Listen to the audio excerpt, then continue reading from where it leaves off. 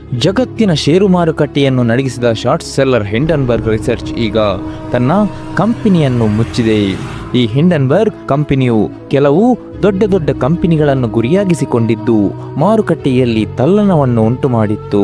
Nikola motors ತನ್ನ ಹೂಡಿಕೆದಾರರನ್ನು ತಪ್ಪು ದಾರಿಗೆ ಎಳೆದ ಆರೋಪದ ಕಾರಣದಿಂದಾಗಿ ಅವರ ಕಂಪನಿಯ ವ್ಯಾಲ್ಯೂ 80% ಹೆಚ್ಚು ಕುಸಿತವನ್ನು ಕಂಡಿತ್ತು.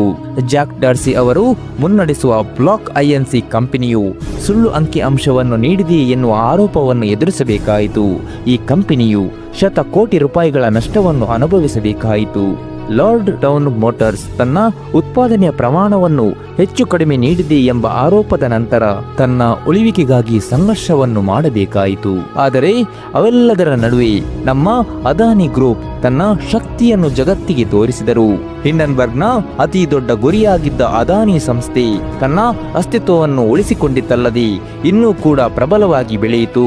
ಅದಾನಿ ತಮ್ಮ ಸವಾಲುಗಳನ್ನು ಅವಕಾಶವಾಗಿ ಬದಲಿಸಿದರು ಹಾಗೂ ನಿಜವಾದ ತಾಕತ್ತು ಮತ್ತು ನಿಜವಾದ ಬೆಳವಣಿಗೆ ಯಾವುದೇ ಆರೋಪಗಳಿಗಿಂತ ಪ್ರಬಲವಾಗಿರುತ್ತದೆ ಎಂದು ಸಾಬೀತುಪಡಿಸಿದರು.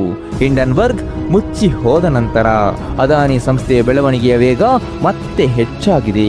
ಈಗ ನಮಗೆ ಕಾಡುವ ಪ್ರಶ್ನೆ ಒಂದೇ, ಮುಂದೆ ಇದೇ ರೀತಿ ಯಾವ ಕಂಪನಿಯು ಪ್ರಬಲವಾಗಿ ನಿಲ್ಲುತ್ತದೆ?